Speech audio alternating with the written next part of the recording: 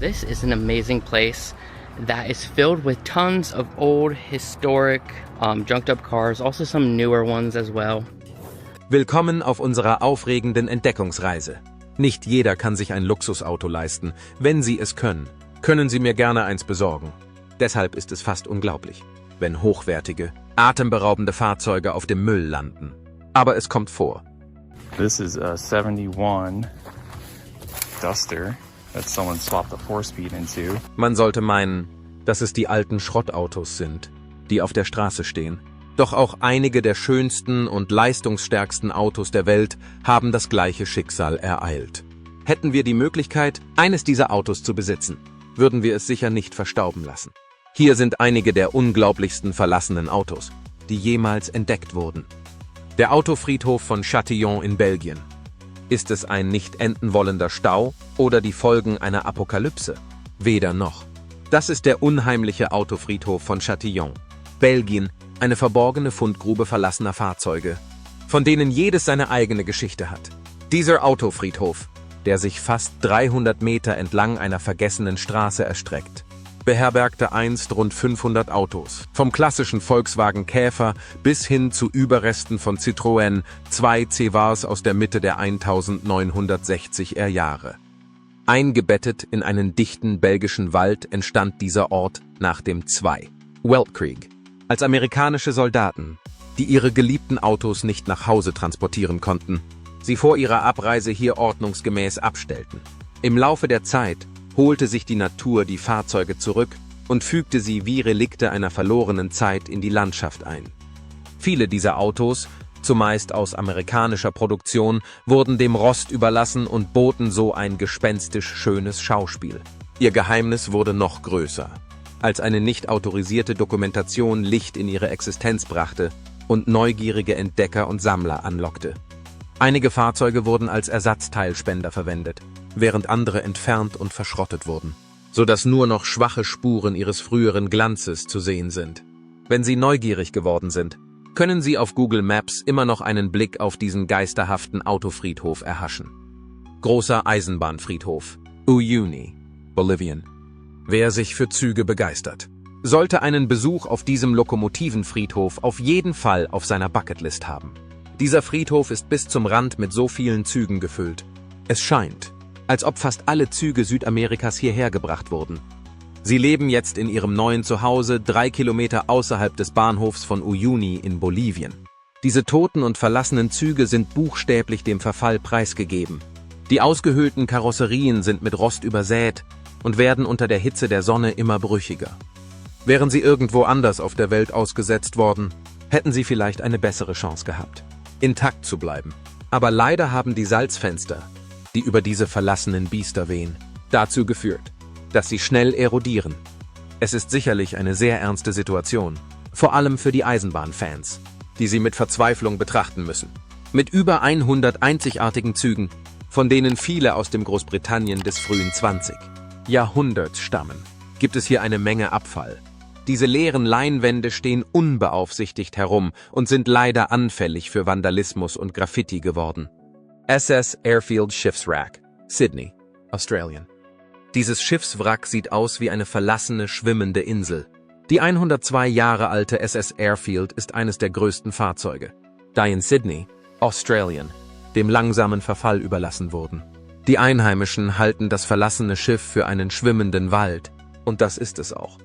Aufrecht im Wasser stehend, korrodierend und mit allerlei Blattwerk bewachsen, sieht das Schiff wie eine ungewöhnliche Pflanze aus. Es wurde erst im letzten Jahrzehnt wiederentdeckt, da es von den Bäumen, die im und um den Rumpf herum wuchsen, leicht verdeckt wurde.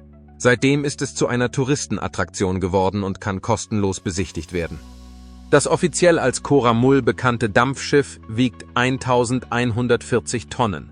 Es wird vermutet, dass es im 20. Jahrhundert zwischen Newcastle und Sydney verkehrte, bevor es während des Zweiten Weltkriegs als Transportschiff eingesetzt wurde. Während des gesamten Krieges transportierte die Coramul australische Soldaten von zu Hause zum Kriegsschauplatz. Das im Jahr 1911 im Vereinigten Königreich gebaute Schiff wurde außer Dienst gestellt und sollte demontiert werden. Leider kamen diese Arbeiten zum Stillstand. und das riesige Schiff wurde aufrecht stehen gelassen, wo es sich noch heute befindet. Bagger 258, das blaue Wunder. Der 2002 aufgegebene Bagger. 258 ist ein riesiger Schaufelradbagger. Der Bagger ist buchstäblich eine Fabrik auf Rädern.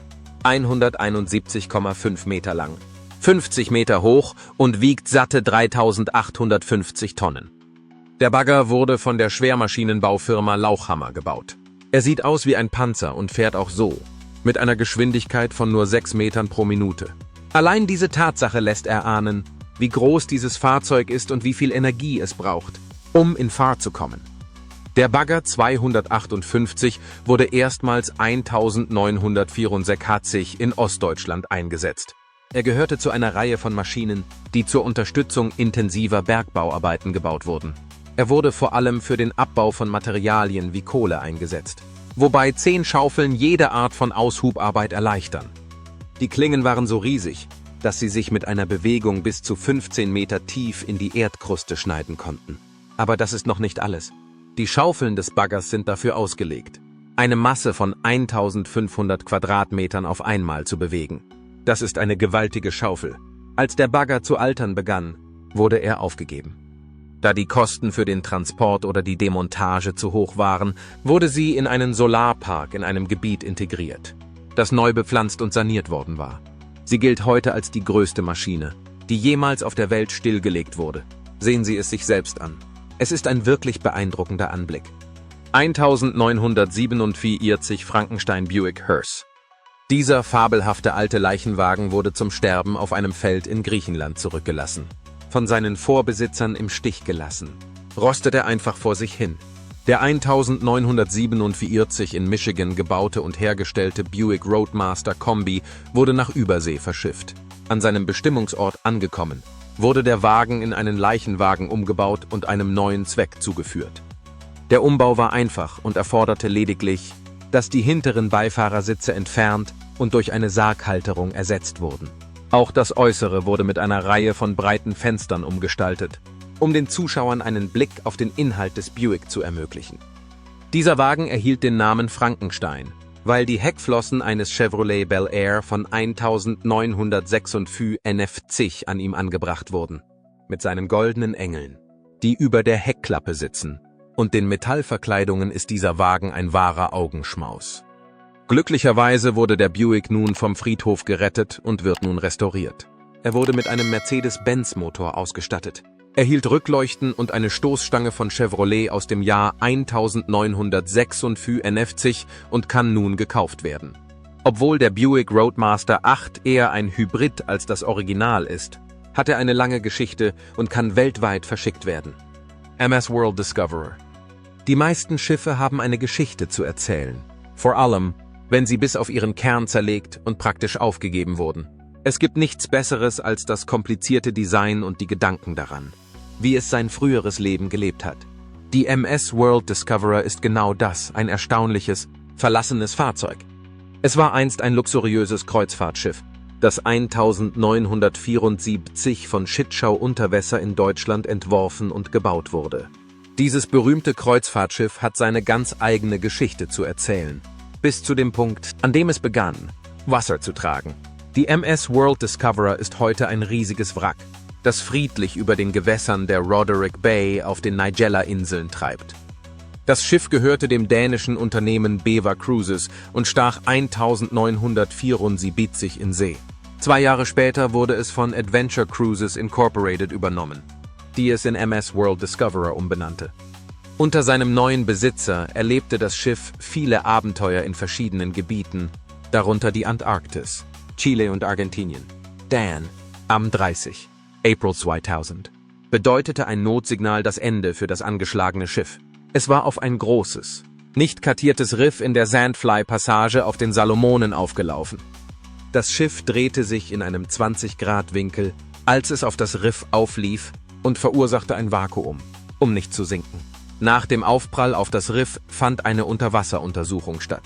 Das Schiff wurde zu einem konstruktiven Verlust erklärt. Und da es keine offensichtlichen Lecks oder Schadstoffaustritte gab, wurde es an Ort und Stelle belassen. Dieses interessante Beispiel der maritimen Geschichte kann noch heute besichtigt werden. USS Ling U-Boot, Hackensack, New Jersey. Die USS Ling ist ein U-Boot aus dem Weltkrieg, das in New Jersey buchstäblich im Schlamm steckt. Dieses U-Boot der Balao-Klasse der US-Marine gilt als ein erstaunliches verlassenes Fahrzeug. Hackensack River, New Jersey, ist der Ort, den die USS Ling ihr Zuhause nennt, nachdem sie 1972 geboren wurde. Viele Anwohner wollen, dass dieser 2500 Tonnen schwere Schandfleck mit einer Länge von 312 Fuß versetzt wird. Aber das ist leider kein leichtes Unterfangen. Dieses U-Boot ist das letzte verbliebene Hochgeschwindigkeitsfahrzeug aus dem Zweiten Weltkrieg. Es hatte nur eine sehr kurze Lebensdauer auf See und wurde schnell zu einem Ausbildungsschiff für die Brooklyn Navy Yard. In den frühen 70er Jahren hat das New Jersey Naval Museum die USS Ling für Führungen restauriert. Das U-Boot galt als eine der Hauptattraktionen in der Region und lockte viele Touristen in das New Jersey Naval Museum. Im Jahr 2012 wurde das U-Boot jedoch durch den Hurrikan Sandy schwer beschädigt. Sie musste verlegt werden und ist nun dauerhaft geschlossen. Die Kosten für eine weitere Reparatur wurden als zu hoch angesehen, da die US Navy und der Staat New Jersey waren der Ansicht, dass das Museum dafür verantwortlich sei. Es ist eine Schande, dass dieses Stück Geschichte verlassen bleibt und die Menschen sich nicht mehr an seiner Struktur und Schönheit erfreuen können. Berge von ausrangierten Fahrrädern in China. Wenn die neue Modeerscheinung elektronische Fahrräder oder Bikesharing ist, wie es in China der Fall war, dann sehen viele Unternehmen Dollarzeichen in ihren Augen blinken. Das Bikesharing in China hat seinen Höhepunkt erreicht. In Shanghai stapeln sich jetzt Tausende von verlassenen Fahrrädern, die gemeinsam genutzt werden. Diese Fahrradfriedhöfe gelten als eine der erstaunlichsten Orte für verlassene Fahrzeuge in der Welt. In der Blütezeit des Bikesharings überschwemmten Dutzende von Bikesharing-Unternehmen die Städte und Straßen mit Millionen bunter Leihfahrräder. Diese Fahrräder konnten für kurze Zeiträume gemietet und nach der Fahrt auf der Straße abgestellt werden. Auf diese Weise war es extrem einfach und schnell, von einem Ende der Stadt zum anderen zu gelangen. Die Regierung hat diese Fahrräder nun von den Straßen entfernt und lagert sie auf einem Fahrradfriedhof ein, den man nur als Fahrradfriedhof bezeichnen kann. Die Fahrräder wurden eingesammelt, da sie nun als illegal abgestellt galten. In einigen Fällen wurden sie instand gesetzt und an kleinere Nachbarstädte verteilt. Einige Fahrräder wurden recycelt und an Bedürftige verschenkt. Aber einige haben auch vorgeschlagen, sie zu vernichten. Leider ist das Problem inzwischen so groß, dass es unglaublich lange dauern wird, bis die Fahrradfriedhöfe abgebaut sind. Es ist eine Schande, dass dies nicht bedacht wurde, als die Idee des Bikesharings zum ersten Mal vorgeschlagen wurde. Meinen Sie nicht auch? SS America Star. Die SS American, auch SS American Star genannt, war einst ein berühmtes Kreuzfahrtschiff in den Vereinigten Staaten. Sie wurde von dem Schiffsarchitekten William Francis Gibbs entworfen und für die amerikanischen Linien gebaut. Das Schiff trat im August 1940 seine Jungfernfahrt an, kurz bevor es für den Transport von Soldaten während des Zweiten Weltkriegs einberufen wurde. Während ihrer 54-jährigen Lebensdauer fuhr sie unter vielen Namen, war aber zuletzt als American Star bekannt. Als sie am 18. Januar 1994 vor Fuerteventura auf Grund lief. Es wurden viele Versuche unternommen, das Schiff zu retten. Aber da die Schleppseile rissen und das Schiff gefährlich wurde, wurden die Rettungspläne aufgegeben. Und auch das Schiff war betroffen. Das Schiffspersonal wurde per Hubschrauber von Bord geholt und trieb auf dem Wasser. Da die Natur ihren Tribut forderte, wurde das Schiff weiter auf die Sandbank gedrückt. Nur 48 Stunden nach der Grundberührung brach es durch die Brandung in 2 Teile. Das Schiff wurde am 6. Juli 1994 für verloren erklärt. Der 105 Meter lange Heckteil brach dann vollständig ein und sank 1996, während der 116 Meter lange Bugteil intakt blieb. Ende Oktober. 2006 war das Schiff korrodiert und das Wrack war fast vollständig auf die Backbordseite gestürzt. Im April des folgenden Jahres war die Steuerbordseite eingestürzt. Schließlich war das gesamte Wrack eingestürzt. Im Jahr 2013 waren bei Ebbe nur noch der Bug und der Kiel des Schiffes zu sehen. Die hohen Wellen und die extremen Wetterbedingungen haben den Rest erledigt. Besondere Entdeckung. Wenn Sie Batman Forever gesehen haben, werden Sie diese Version des Batmobils sofort wiedererkennen. Aber jetzt kommt das eigentliche Rätsel. Warum wurde es mitten in einem britischen Wald verlassen? Es gibt zwei mögliche Erklärungen. Die eine besagt, dass es sich um ein tatsächliches Requisit aus dem Film handelt, das im Laufe der Zeit irgendwie ausrangiert und vergessen wurde. Die plausiblere Theorie ist jedoch, dass es sich um eine Nachbildung handelt, die von einem übereifrigen Batman-Fan mit mehr Geld als Verstand in mühevoller Kleinarbeit gebaut wurde. Was wir mit Sicherheit wissen, ist, dass der Mann, der es entdeckt hat, Tom Williams, es nicht einfach dem Rost überlassen hat. Er reinigte es, restaurierte es und verkaufte es schließlich für eine beträchtliche Summe an einen eingefleischten DC-Sammler. Wenn Sie in freier Wildbahn über ein Batmobil stolpern würden Sie es behalten oder eintauschen. Otto Friedhof Kaufdorf, Schweiz. Das kleine Schweizer Städtchen Kaufdorf mit seinen knapp über 1000 Einwohnern könnte in Vergessenheit geraten. Wäre da nicht seine ungewöhnliche Berühmtheit? Kaufdorf ist auch die Heimat eines Autofriedhofs. Diese Tatsache allein klingt vielleicht nicht besonders aufregend, aber die Anzahl der Autos, die dort stehen, schon. Auf dem Friedhof stehen mehr verlassene Autos, als Menschen in der Gegend leben. Dieser von Menschenhand geschaffene Schrottplatz war im Besitz und Betrieb von Mr. Walter Messerly. 1933 begann er, heruntergekommene Autos zu sammeln, in der Hoffnung, beim Verschrotten ein wenig Geld zu verdienen. Eigentlich wollte er das ganze Auto verschrotten, aber nachdem er damit begonnen hatte, beschloss er, von jedem Auto eine Kleinigkeit als Andenken zu behalten. Leider hat sich diese Kleinigkeit verselbstständigt. Und Mr. Messerly hat die Rohbauten der entkernten Autos behalten. Messerly behielt schließlich die Schalen der ausgeschlachteten Autos. Er bewahrte diese verlassenen Autowracks auf und versteckte sie auf seinem riesigen, überwucherten Grundstück, bis sie zu einem regelrechten Friedhof wurden. Diesel-U-Boot der russischen Marine. Dieses verlassene Fahrzeug ist das größte Diesel-U-Boot, das jemals von der russischen Marine in Dienst gestellt wurde. Das als Teil der Tango-Klasse gebaute U-Boot B-307 war ideal für Operationen aus dem Hinterhalt und wurde gegen westliche Atom-U-Boote an natürlichen Engpässen eingesetzt. Dieses U-Boot hatte eine Gummibeschichtung um den Rumpf, was ihm den Spitznamen Rubber Gummi einbrachte. Es war 91 Meter lang und konnte vollgetaucht eine Geschwindigkeit von 16 Knoten erreichen. Es wog über 3800 Tonnen und konnte 62 Mann an Bord nehmen.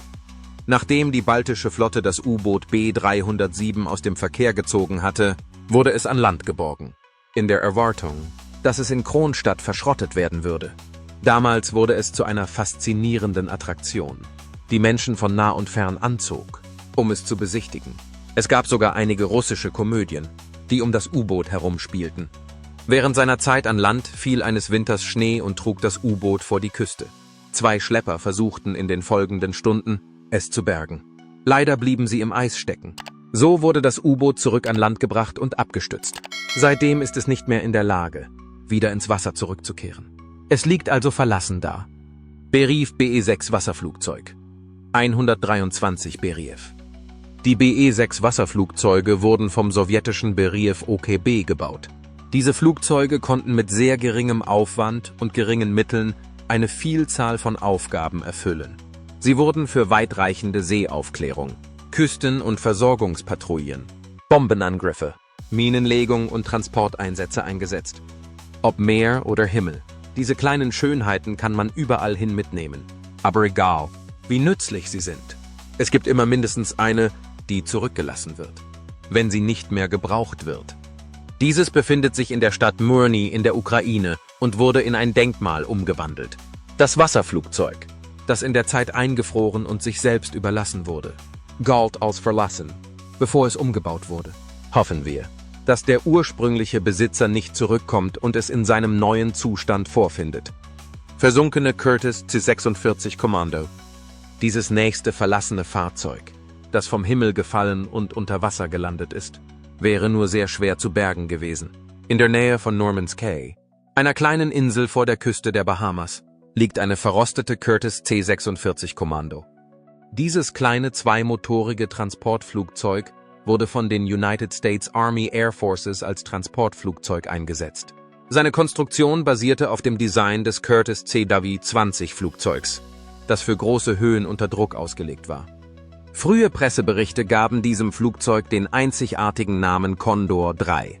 Diese Flugzeuge wurden von Drogenkartellen und Pablo Escobar für den Transport von Kokain in ganz Amerika eingesetzt. Zwischen 1978 und 1982 flog einer der Schmuggler eine Ladung Kokain an seinen Bestimmungsort, aber aufgrund des zusätzlichen Gewichts verlor das Flugzeug vorzeitig Treibstoff. Daraufhin begann es zu sinken und landete schließlich kurz vor der Landebahn im Meer. Das Wrack dient nun als Ankerplatz für verschiedene Fischerboote in der Gegend. Sherman Panzer Friedhof, SS Empire Heritage. Versunkene Schiffe und Flugzeuge sind bekannte Relikte der Vergangenheit. Aber eine der bemerkenswertesten Unterwasserentdeckungen ist eine Sammlung von verlassenen Panzern. Diese Sherman-Panzer aus dem Weltkrieg, die etwa 20 Meter vor der Küste von Malin Head, Donegal, auf dem Meeresgrund ruhen, haben jahrzehntelang unter den Wellen gelegen. Einige der Panzer liegen in einer Tiefe von bis zu 65 Metern, verstreut in verschiedenen Positionen, auf dem Kopf, auf der Seite oder immer noch auf ihren Schienen. Es wird angenommen, dass sie am 8. September 1944 dort gelandet sind, nachdem sie während des Transports auf See verloren gegangen waren. Einigen Berichten zufolge könnten sie aus großer Höhe abgeworfen worden sein, da Fragmente der Fahrzeuge auf dem Meeresboden verstreut sind. Diese Panzer wurden zusammen mit Halbkettenfahrzeugen an Bord der SS Empire Heritage transportiert, einem US gebautes Frachtschiff. Während seiner Reise wurde das Schiff jedoch von einem verheerenden Angriff heimgesucht und ging mitsamt seiner Ladung verloren. Heute sind diese versunkenen Tanks ein gespenstisches und zugleich faszinierendes Stück Geschichte, das Taucher und Historiker gleichermaßen anzieht. USS Oriskany.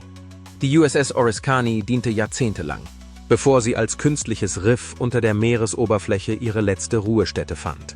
Im Laufe der Jahre wurde der Flugzeugträger mehrfach aufgerüstet, von fortschrittlicher Luftfahrttechnik bis hin zu verstärkten Decks, neuen hydraulischen Katapulten und Aufzügen, damit er die modernsten Flugzeuge seiner Zeit abfertigen konnte. Um diese Veränderungen zu unterstützen, wurde auch der Rumpf verstärkt, so dass das massive Schiff auf den Meeren stabil blieb.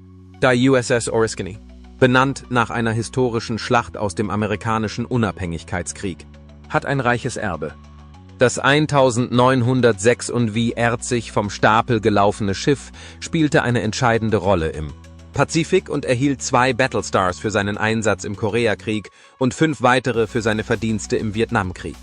Nach jahrzehntelangem Einsatz wurde das Schiff sorgfältig vor der Küste Floridas versenkt, wo es heute als faszinierende Unterwasserstätte für Taucher aus aller Welt ruht. Heute liegt dieser einst mächtige Flugzeugträger unter den Wellen und bietet denjenigen, die seine Überreste erkunden, einen Einblick in die Geschichte. Fahrzeuge, ob Schiffe, Flugzeuge oder Autos, werden zwar für einen bestimmten Zweck gebaut, aber die Zeit holt sie irgendwann ein. Einige werden ersetzt, während andere, wie die USS Oriskany, auf unerwartete Weise eine neue Rolle übernehmen.